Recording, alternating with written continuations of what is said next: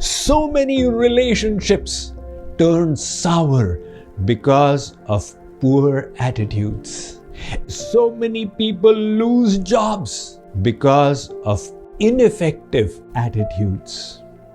A positive attitude makes us not only more productive in our work and more amenable in our relationships, but also bestows on us good health and well-being. So how do we tap into this internal resource of attitude?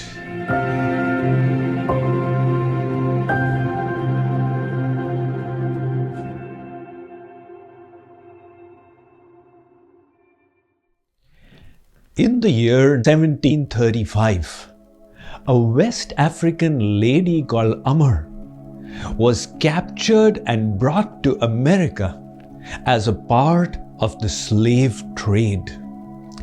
There, unfortunate as it was, she became a property of the governor of North Carolina called Samuel Ashe.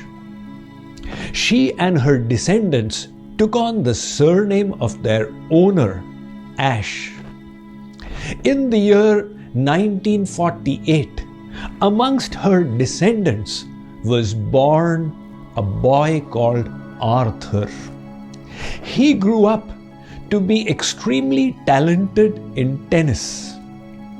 But according to the segregated society of Richmond, Virginia, he was prohibited from playing in tournaments which had Caucasian youths. Many of the courts in the city were also barred for him. However, a coach from St. Louis took him under his tutelage and coached him. Subsequently, Ashe became the junior national champion in America in lawn tennis. He got an MBA degree and joined the army. In 1968, he became the first and only black ever to win the US Open Championships. In 1969, as a member of the US Davis Cup team, he won a gold medal. In 1970, he became the first and only black ever to win the Australian Open. And the culmination was in 1975 when he became the only black ever to win the Wimbledon. After his retirement in 1983, he had a bypass surgery where he received infected blood, as a consequence of which he got AIDS. When he was about to die, somebody asked him, "Mr. Arthur Ashe, have you not asked God why did he give this terrible disease only to you?" Arthur Ashe gave a classic answer. He said, "Around the world, 50 million children started playing tennis. I was one of them. 5 million continued to play tennis. I was amongst them. 500,000 entered tournaments. That included me. 50,000 became professionals, and so did I. 5,000 reached the international circuit, of whom I was one. 500 reached the Grand Slam. That included me. 50 entered the Wimbledon, amongst which 4 reached the semi-finals, and finally 2 made it to the finals. When I held the cup as the winner, at that time I did not say, 'God, why me? Why should I complain when He has sent bitterness in my life. Arthur Ashe had mastered the inner asset of attitude. On the other hand, there are those who make a mess of their attitude.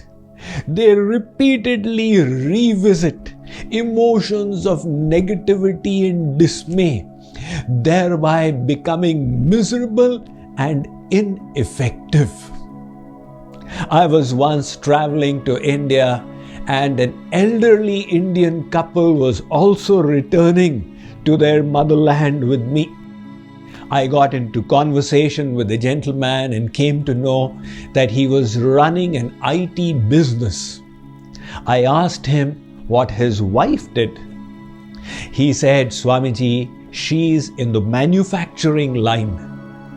I said, "Very enterprising, but very astonishing for a lady to get into the manufacturing line. Goes to her credit. What does she manufacture?" He said, "Swamiji, she manufactures misery.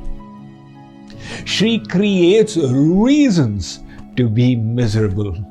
And those repetition of negative thoughts create poor attitudes." Just like when we repeat physical actions again and again, they result in habits. Similarly, when we revisit the same emotions over and over, they create attitudes. Negative attitudes work to our detriment. So many relationships turn sour because of poor attitudes.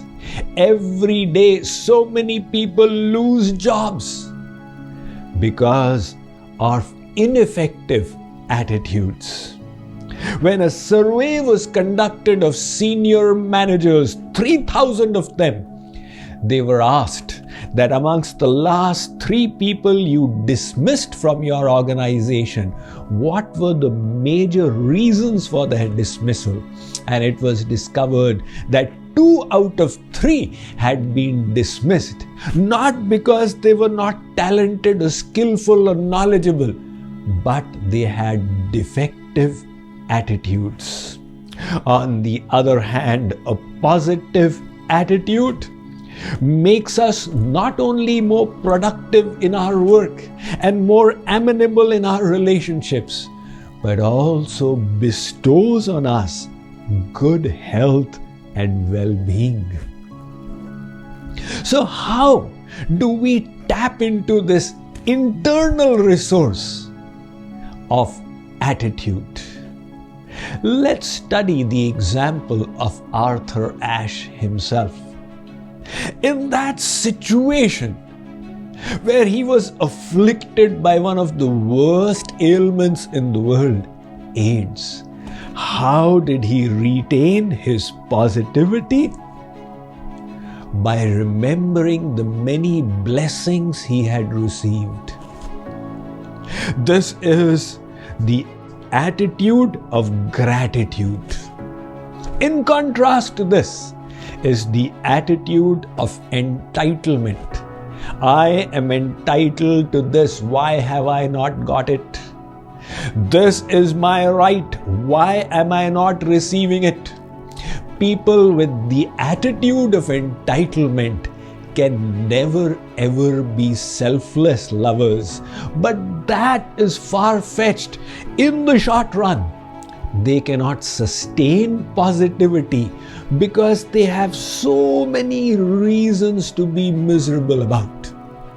And in the same very situation are the positive thinkers who remember the many graces that they have received.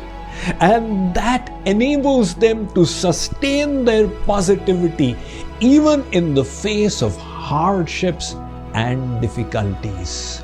So the message for today is to remember, no matter what the external resources, they will all be useless unless we learn to master our inner asset which is attitude.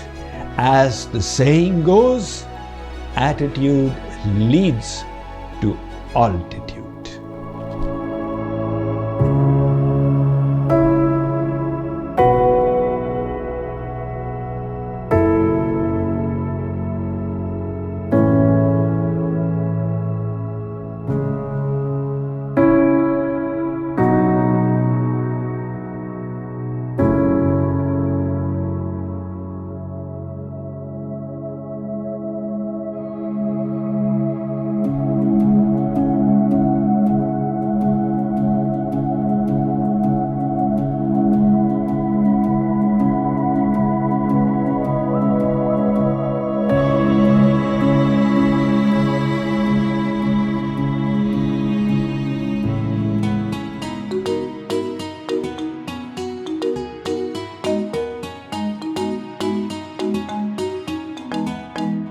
Radhe